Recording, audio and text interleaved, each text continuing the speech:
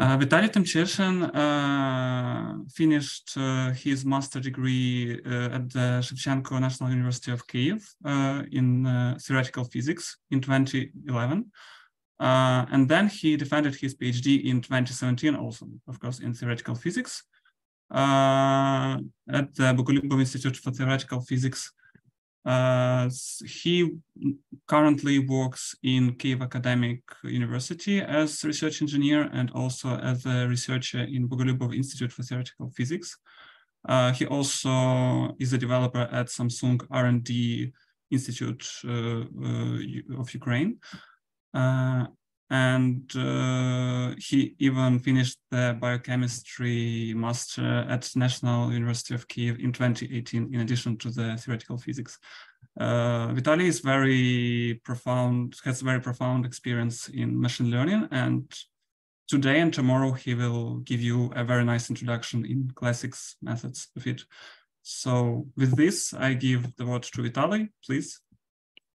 Good morning, everyone. I'm having an honor to be the first one to give a lecture at the MQT. This will be a few lectures. You can consider that as some sort of, I don't know, some introductory micro course in machine learning and whatever. And you should expect a few topics from me to cover that you will need in further lectures. So maybe that will look at first to you like some sort of potpourri, but I assure you that you will make a bit more sense of it when you progress through MQT, and you will be able to build all that quantum machinery on top of that. So first of all, the first lecture I want to start, it's some general introduction into machine learning and tell you a little bit what is machine learning and how it differs from some sort of traditional programming that you may already know. First of all, there are 2 points of view on the machine learning and on its difference from the traditional programs. One is the point of view of an engineer. So if you are an engineer, you can look at machine learning programming like, I don't know, creating some program with 3 parameters inside. These parameters must be filled in with some different algorithm that you may call training algorithm or learning algorithm that will analyze some external data and give these parameters some precise values that you will further use in your model.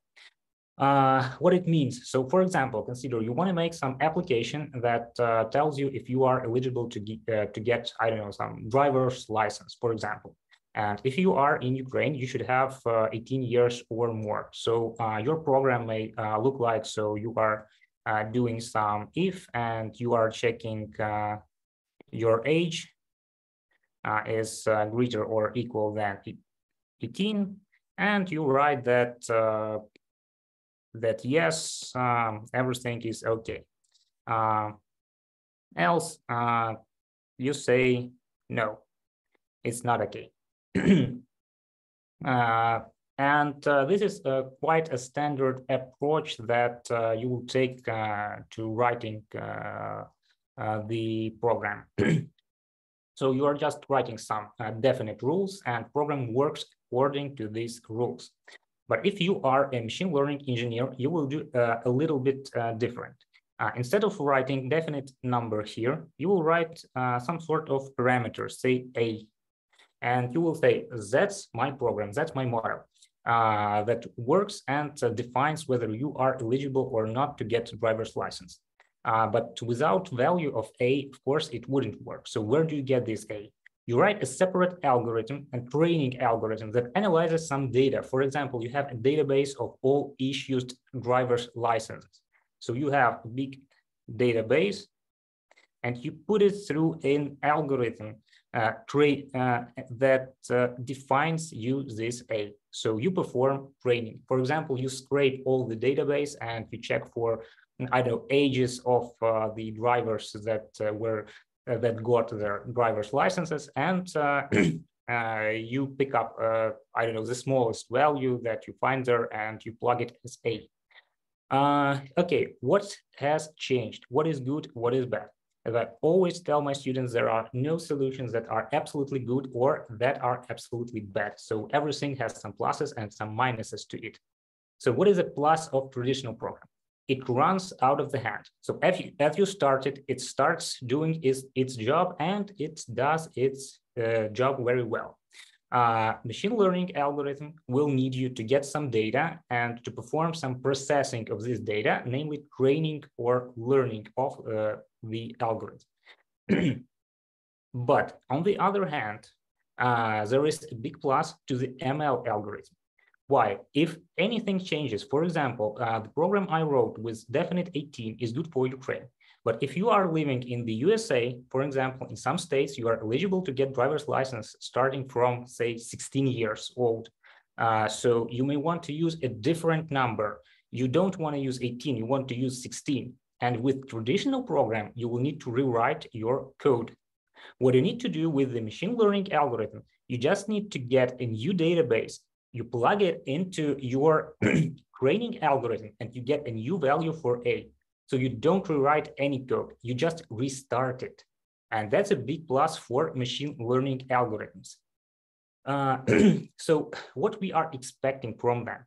So machine learning is good for what? First, problems which existing solutions require two big lists of rules. So for example, well, this example I have provided for you is the simplest as possible. But in many cases, you will have problems that need a very long and very convoluted list of rules. So it will be very difficult to write it and define everything that may happen. So probably in these cases, you will see that the traditional program becomes overwhelmingly complicated. And you will think, well, maybe I should use machine learning algorithm. Second one, changing environments. The example I have provided is showing just exactly that. So for example, you were using your program in Ukraine, and that was great. 18 was perfectly good number for Ukraine. But when you changed your country, for example, to the USA or some other country, I don't know, Germany, England, whatever, and you may find that it doesn't work anymore. But machine learning algorithm can adapt to this new environment. You just give him new data, it trains on this new data, and it starts working. So fluctuating environments is the case when you want to use machine learning algorithm. And they may help us with, I don't know, getting some insights into the complex problems and large amounts of data. For example, we have some methods of dimensionality reduction. So when you have a complex problem, you have some data that is very multidimensional. And you probably wouldn't be able to make sense of it just because we humans, we can't imagine anything beyond 3 coordinates. So X, Y, Z, it's the maximum of what we can get from our brain. But in many cases, that may be enough if you transform your data accordingly. And machine learning algorithms, it can often help you to transform data the way that you can see some insights into your data, and you can make some, I don't know, some choices or basing on that new information and your new insights, create some new algorithms and so on. Okay, some small vocabulary, let's say it so, to make it sound a little bit more scientific. So what we call learning. So learning or training, it's basically is giving to our models that tunable parameters that can be adapted to observed data with the process of training, when it means that we process external data and we get these parameters. So once models have been fit, of course, one more new word, so you can hear learning, training, or fitting. And once they are fit, they can help you with understanding new observed data. Data that we are feeding to our models is basically collected into one big blob that we often call a data set. So it sounds more scientifically. It's not just a bunch of data, it's a data set. So every unit of data of this data set, you will call a data point. That underline the fact that all the data points are living in some multi-dimensional space, and they are basically some points of this space. So we are just underlying this fact. So you are saying a data point. Data point, as you might already guess, it will contain a bunch of numbers. So each of these numbers we will call a feature. So what is a feature? Feature is an individual measurable property or characteristic of a phenomenon being observed. So you have some phenomenon. I don't know, you are making a photo. So what is a photo? It's a bunch of pixels. So what is a pixel? It's a measurement of light that came, I don't know, to the matrix of the photo apparatus. So whatever you can measure, be it, I don't know, temperature, humidity, pressure, whatever comes to your mind. If you can measure that, that can be a feature. So all that collection of features constitutes a data point.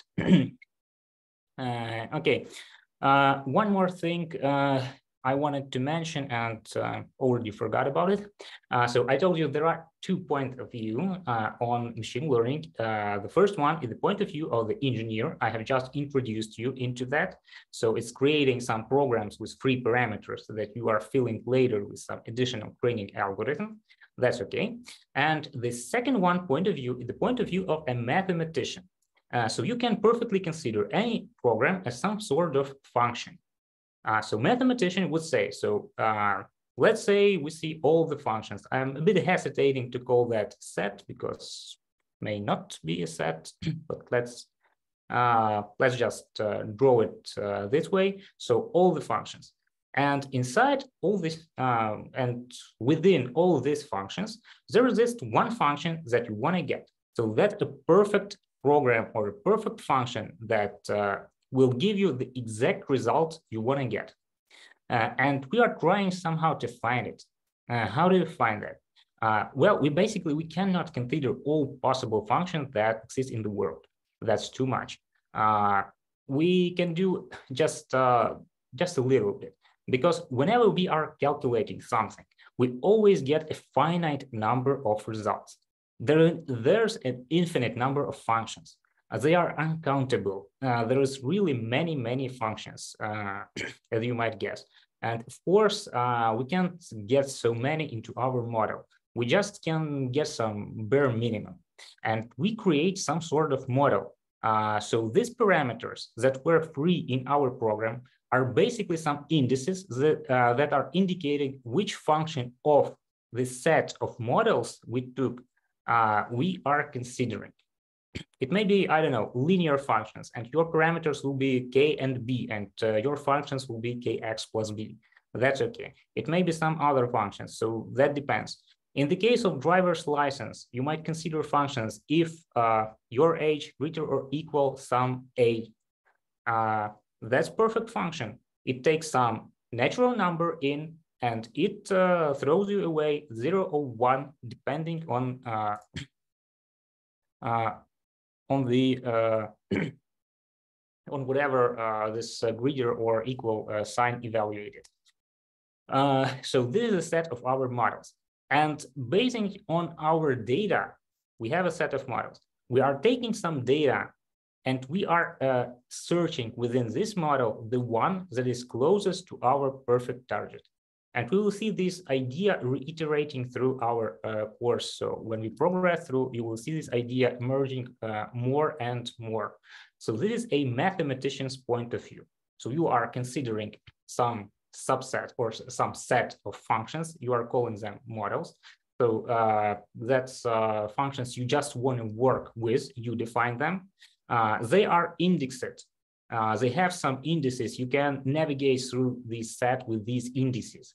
And you are navigating through this set, and you are searching for the perfect function or I say the best one, the most fitting to the to your perfect target that you want to get.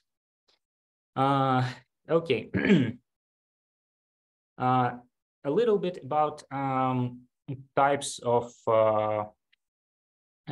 machine learning algorithms. It's not that important actually, but everyone knows that, so I think it's good to cover it in my lecture. So depending on the data you are feeding into your model, you might get a different type of machine learning. What it means, so let's check on examples. So first of all, so-called supervised learning. What it means that you have data that basically consists of the following: your input data that you will feed into your model and your expected result.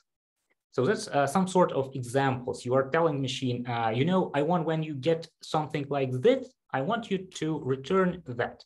If you get something like this, please return that.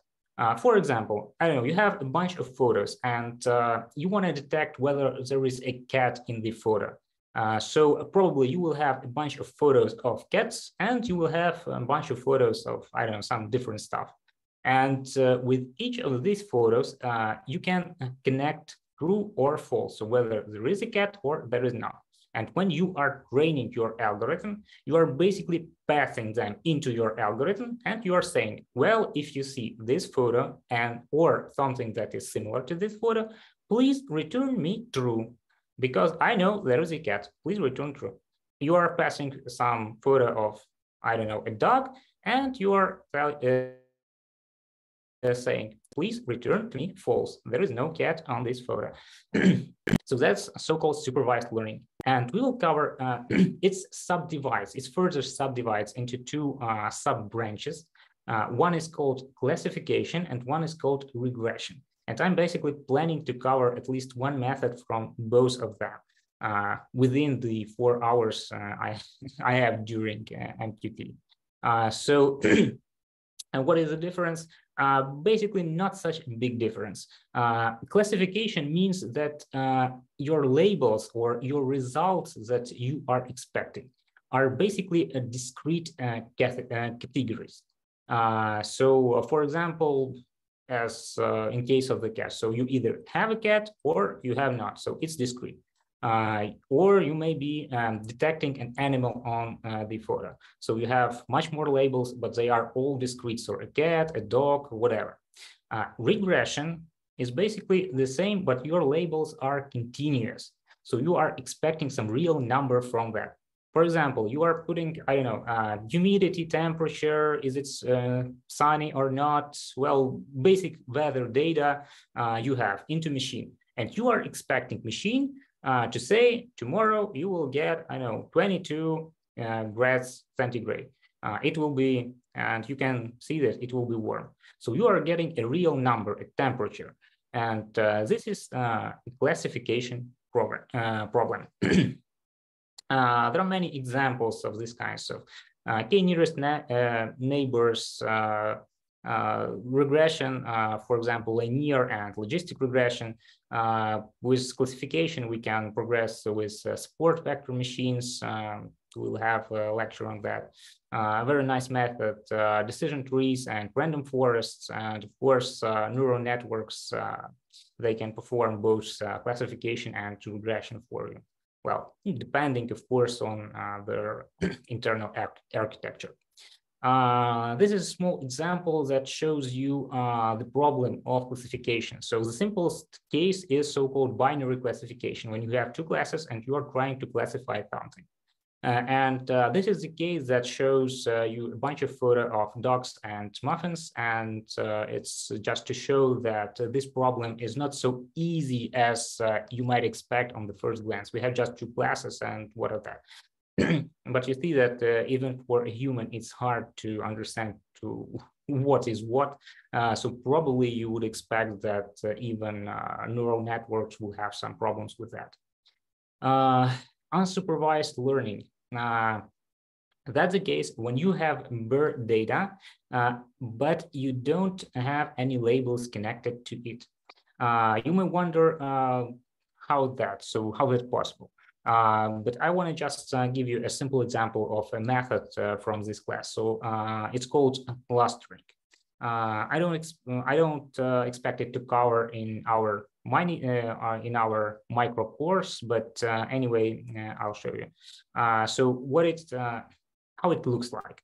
You are giving a bunch of points to the machine. So here is an example. So I give it a bunch of points, and you are expecting it to understand that they can be grouped into two clusters, and you can subdivide this set into two parts. So basically, you don't need any labels for this problem to state it. You just need bare data, and this is a case that you call a unsupervised learning. There are many other methods, but I think this one is the most I don't know, the most exemplary. One more case, reinforcement learning. You can basically make your model to learn from the environment. So you may force it to interact with the environment and get some feedback. So it creates some sort of feedback loop. So you are doing something, your agent, let's go, so is performing something, and it sees the result. Having this result, it can add it to the data it trains on, and basically make some better choices in future. So for example, that's your agent, and it can choose to move left or right. It moves left, it sees that something bad happened, and then it returns to its initial state, but it already has some additional data, and it can train on this data. So it always interacts with the environment and adds to its data set. So it's basically collecting its data set. Okay, how the work of machine learning engineer looks like. So first of all, you started the problem. So you look at the big picture. You are thinking what data you can get. Because a data set is basically, I don't know, maybe 80% of your success. So in many problems, you can get you can get away with a little bit wrong model, with a little bit neural network bad architecture, and so on. But you never can get away with bad data set. If you don't have some data with some decent quality, you can't solve the problem. So it doesn't matter which method you use and how good as machine learning engineer you are. If you don't have data, you can't do anything. So that's basically some base of your success. So thinking which data you can you get it? Are there any legal issues with the data you are getting, and so on and so forth? It's the first thing you should think of when you are getting into machine learning. Then you are selecting and training a model. So you select a model, and well, you basically think, what kind of problem do I have? Do I use supervised learning? Do I use unsupervised learning? Which model should I choose? Would it be a neural network? Would it be a support vector machine, a decision tree, whatever? So you are thinking, you are selecting your model. And it basically may seem like, okay, I selected model, I trained it on data, and voila. Well, no. It's just the beginning. It's not the end. You should evaluate your solution. And evaluating your solution, it's a really crucial step. It's as crucial as, I don't know, finding the right model. So you really need to come up with some sort of evaluation that will really make your results correctly evaluated. So you should get some feedback from your models and understand, is it performing well or it's not performing well. And if everything is okay, if you have evaluated your model and you think that, yes, it's a good model, we can go with that, you launch your solution, maybe you can create a startup and, I don't know, become a billionaire. So that depends on how it plays out. Okay, so what's the role of a human in all of this? So first of all, models are chosen by human, at least at this point. We have some sort of progress with AutoML, but I don't know, I didn't hear anything from them for a long time, so maybe it didn't play well. Maybe it will in the future, but at this point, models are chosen by humans. Imputation of missing data. Yes, you can have some data set, but it may happen that some data will be missing from that data set. And that's basically depends on you. What do you choose to do with that data set? So you may want to throw away some data points that contain incomplete data. So maybe just some features are missing and you want to just throw them away. Or you may come up with some method of imputation this data. So you somehow are trying to predict that features, if I can call that this way. I don't know. There are many methods like, I don't know, instead of missing values, you can put some mean values from the values you can get and so on. But anyway, that's on you. Feature engineering. In many cases, you can engineer some new features. It's not, I don't know, nobody demands you to work with bare features, so with what you have exactly measured. You can perform some pre-processing and create new features from the direct measured features. That depends on the problem, and in most cases, if you are getting into feature engineering, that means that you are some sort of expert in the field of what are you studying, and you basically, you know what you do. So what kind of features are you creating? So I can't cover that in the machine learning course because that depends on the field of study that you are working in. So if you are doing something with sound, you may think, I don't know, with some Fourier transformation or calculating some sort of energy or whatever. If you are studying images, it can be something really complicated, like so-called Hawk features when you are calculating some sort of gradients and so on. So that basically depends on what are you studying, and in many cases it's some sort of some meaningful things that you are calculating basing on the bare features, on the raw features you have just measured. And machines are good at processing data, but testing data with common sense, it's still work of a human. So machine can give you some number and give you some sort of prediction or whatever, but it's your work to make some sense of it and understand, does it mean anything or it's not. So it's only you can be aware, so that there is some sort of lurking variable in there or something like that. Here is a nice example. If you are analyzing for these two plots, you may consider that they represent some variables that are tightly connected to one another. There is a great correlation quotient if you calculate it. They look similar and so on. But if you are trying to make sense of the data, you see that this is basically amount of money that United States are spending on science, space, and technology, and its number of suicides by hanging, strangulation, and suffocation. So you definitely would not expect anything connecting these two events. Well, or maybe they are just giving so much money that scientists feel so happy that they are hanging themselves. I don't know. But it's really, you don't want to expect anything connecting these two things. So, okay, so what we covered at this point. So we know a little bit what differs machine learning from traditional programming. And you know that there is a place for a human in all of this. So you will make sense of the results that machine will represent to you. You will choose the model and you will collect the data set and you will assess the model that you have trained. And the problem of validation and assessing the model is a really big problem, and it's not so easy as it might sound at the first glance. And I want to get through some problems that you might face when you are evaluating your solution, and understand how can we work around these problems. Okay, so first of all, what are we expecting from our ML algorithm? It's called generalization.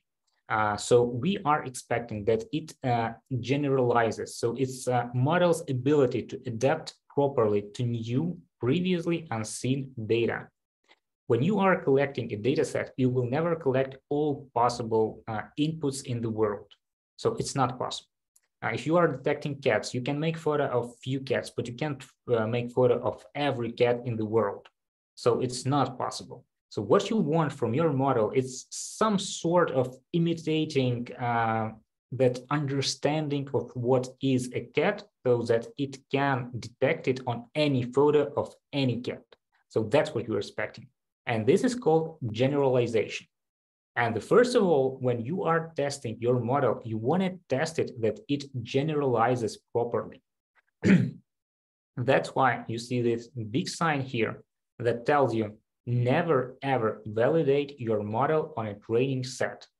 Why? Because you are basically just testing that your model predicts its own predictions. And here is a nice fact from Twitter.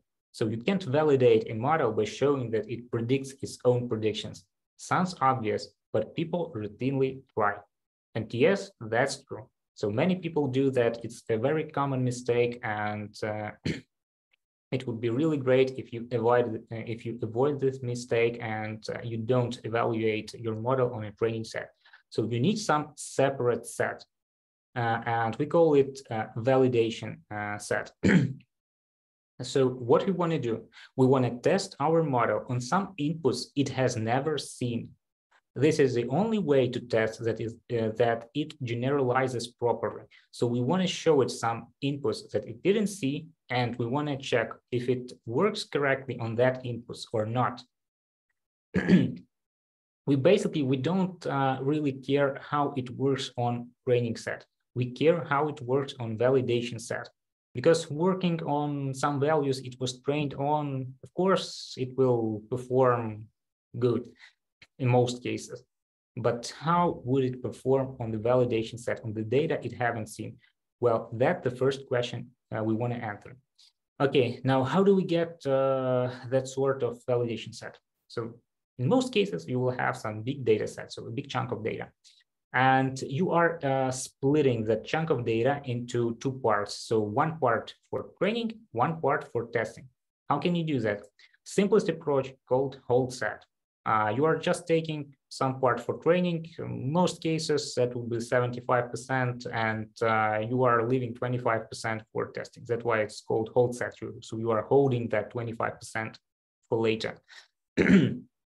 Of course, these numbers are approximate, so you don't stick with that, just some approximate value that most cases I have seen, but of course you can use some different values. That's pretty okay. It's good because it's easy, it's time efficient, and it's good when you use it with big shuffled data sets. If the data set is not shuffled, it may cause you problems. So here is an example. So there's a picture of it. So you are taking, let's say, first 75% as train and the last 25% as validation. Why is it good for, let's say, shuffled data set, but not good for not shuffled data set? It may happen that you are unlucky. And in this validation subset, you will get some data that significantly differs from what you have in your train set. What do I mean by that? It's like you are having, for example, 4 classes and your data set is not shuffled. So all the data points connected to the class D, they get into validation set, and all the ABC classes get into the train set. Of course, you can't expect your model to detect properly the class it has never seen in the train set. So it's not good. What do we do in this case? N-fold cross-validation procedure. Really nice thing. Here is an example. How do we do that? We take, let's say, first 75% for training, less 25 for validation. We perform validation. Great. Then we take the, I don't know, pre-last 25% for validation, and the rest for training. We perform training and validation once more. And I want to say that we retrain the model from scratch. So the first training was from scratch. Model didn't know anything. We gave it the training data, it trained, and we validated. Then we throw away that model. We take the same clear one, so without anything pre-trained, so just a model. We train it again, and we validate it on a new validation set. We do that again and again. What do we get? We get 4 results. So 4 results of validation. Is it good or is it bad? So once again, no absolutely good, no absolutely bad solutions. It's better than the previous result, because if you were really unlucky when doing a whole set, you can get away with that problem when you are doing cross-validation. It has we have a question. Is validation set the same as a test set? No, it's not. Well, actually, it's often interchangeable when you are saying validation set or test set. But in some cases, you may do some procedures when you are performing validation on different models, when you have, for example, some additional parameters that you are testing. And you may have the third set, some separate set, and you may call it, let's say, a test set. It's not like defined or, I don't know, ingrained in stone. So these words are often interchangeable. So probably in many cases you can say yes, unless you are doing something more complicated and you are doing cross-validation with some additional testing of different cross-validated models. Okay, one more point about cross-validation I want to add. It gives you one more piece of data, and this is a very valuable piece of data. You see, you are performing validation 4 times, and you are getting 4 different numbers. These 4 different numbers, except for they are telling you something about the quality of model each time, they are telling you one more very good thing that you really want to know about your model. It's stability. So you were training your model on a little bit different data sets. You are validating your model on a little bit different data sets. And what you basically see is your model stable. Is it okay, or its result or results you are getting are drastically changing? And what you want your model to be really, really stable.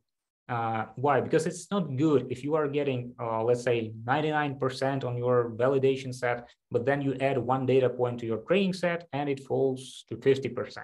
It's really bad model. You don't want to go with that. So you want some model that is more or less stable. So this procedure, performing it a few times, gives you one more additional piece of data. Is your model stable? So that's really good.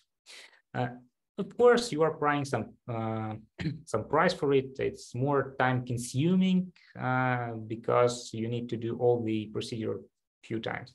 But well, if your model is not too big and it's not too long to retrain it, why not go with that?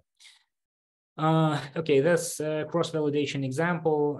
In case of dogs and muffins, I guess it's Chihuahua dog. So here is our data set. You can see the train set in blue and validation set in red. And these Vitalii, 15 minutes left before the first coffee break. Okay. I'm finishing quite... I'll try to finish in time. Okay, and here is the example. One more problem that you might get, it's when you are doing your cross-validation, you can still get unlucky. And here is the case when your data set is perfectly sorted and you are doing that 4-fold cross-validation, and as you see, you always get 1 class into validation set and all the rest into train set. Of course, you would expect that your model wouldn't work good on in such a case. So what do? We do so-called stratified cross-validation procedure. What it means? It means that you are basically controlling how much data points from each class is getting into the validation set and into the train set. And it's really a good idea because, first of all, you want your sets to be balanced. So you don't want one of them having, I don't know, almost everything class A and no class B, C, and D. And you want them mixed in more or less equal proportions. So that's the way to get with it. Okay. Shuffle split cross-validation. One more interesting procedure, this is when you are taking your data points from the data set at random. So you are just saying, okay, I take this one, that one, some another one, and so on and so on. So here is one more example of that. I'm just taking some random chunks of my data set to be a training set and a validation set. It's a really interesting procedure, and it has one interesting plus, that it decouples the number of cross-validation iterations and dataset size. As you have seen previously, when I'm doing 4-fold cross-validation, it means that I'm taking 25% to validation set all the time. If I will do 5-fold cross-validation, I would take 20%. If I'm doing 10-fold cross-validation, I would take 10%. Why? Because I need with that 10% to go through the whole data set.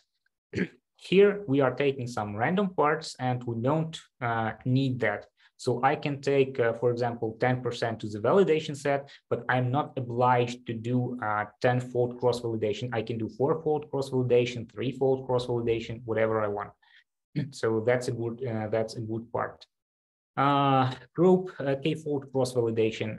That basically means that your data has some internal structure that is not accessible to your model, but you want to take that internal structure into account. Here is a nice example. You have different people and you are trying to detect their emotions.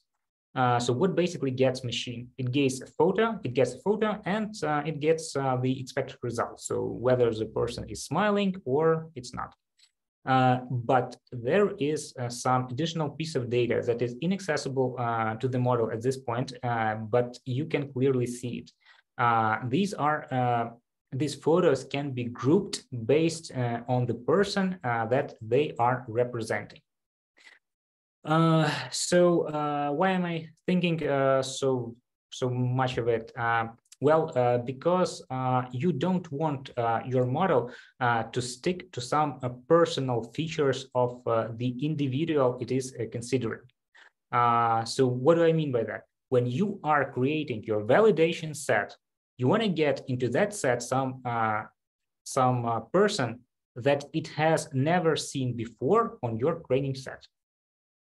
So this is what I mean. So you want to ensure that your model properly generalizes.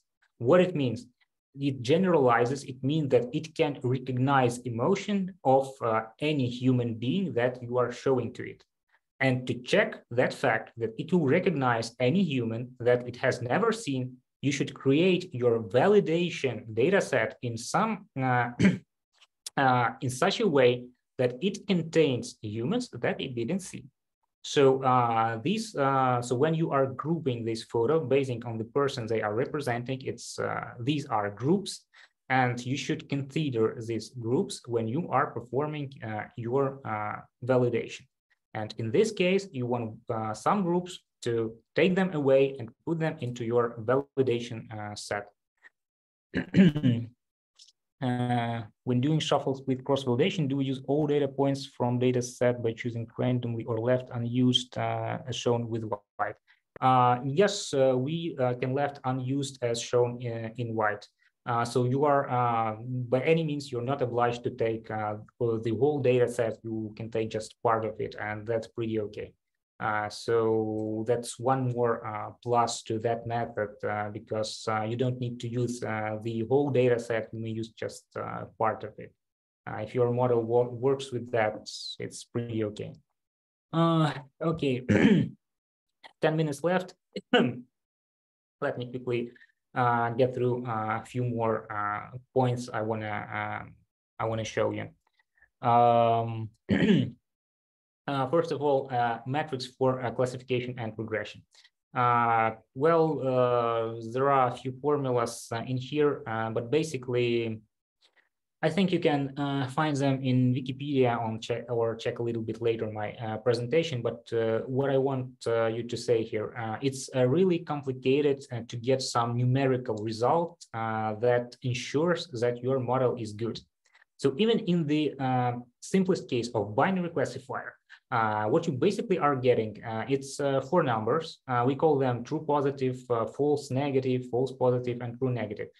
So it basically depends on what did you expect your classifier to get you, true or false, and what you actually got from the classifier. So if you are expecting true and you are getting true, that's true positive.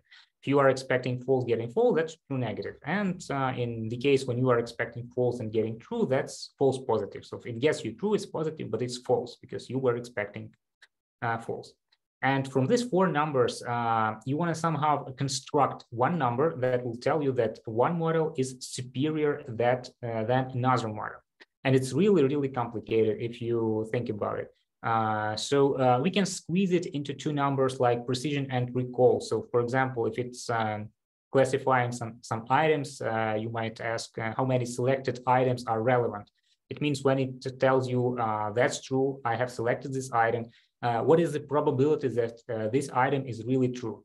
And recall, so how many relevant items were selected? I mean, so some of them are left behind, and you want to know how many of them were left behind. And this, of course, may mean good. Is the model good or not? But even having this, even having one of these 2 numbers is not enough. Because, for example, if your model always yields true, its recall will be perfect.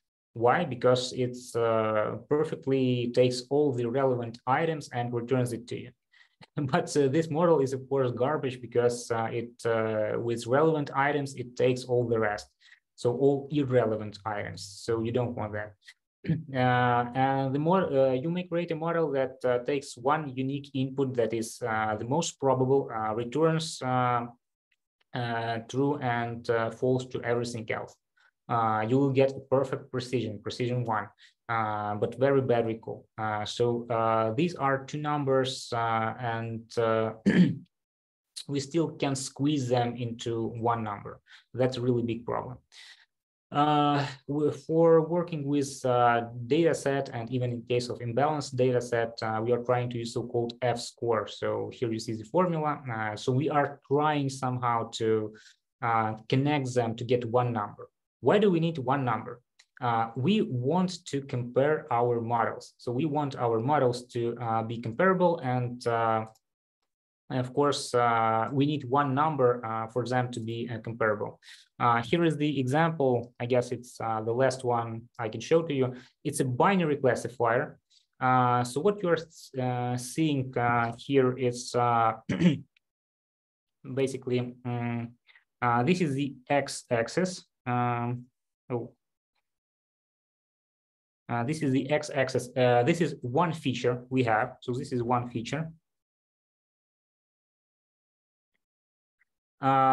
Y-axis, it's the probability of red class. So that's the probability of the point being red.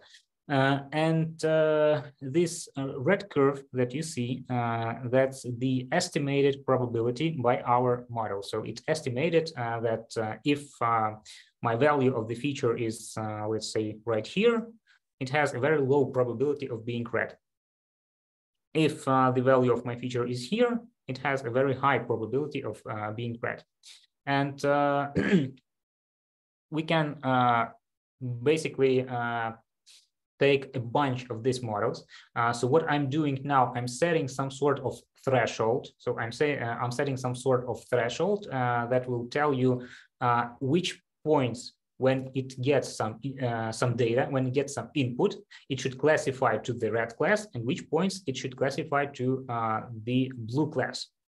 Of course, as you see, this model returns some true positive and some false negative, and so on. So depending on this threshold, you will get this table a little bit different.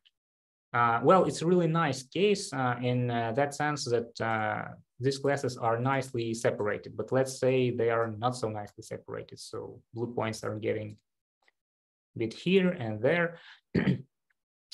So you might see that this model will never be perfect. So it will never get you only true positive and true negative values. When I'm changing this threshold, I'm basically iterating through a bunch of models that are indexed with this threshold. And let's say I want to get the best one of them. So I want the best model. I want to choose the threshold that this model will perform as good as possible. But how do I assess that? Here you see true positive and false positive rate. Here is the point where we are now. And this curve, it basically represents that true positive and and false positive rates depending on the threshold I was choosing. So as you see, it's really hard. It's easy to compare models in here. So the bigger is true positive, the better it is. It's really easy to compare them here. So the lower is false positive, the better. But how do you compare this model and let's say this model?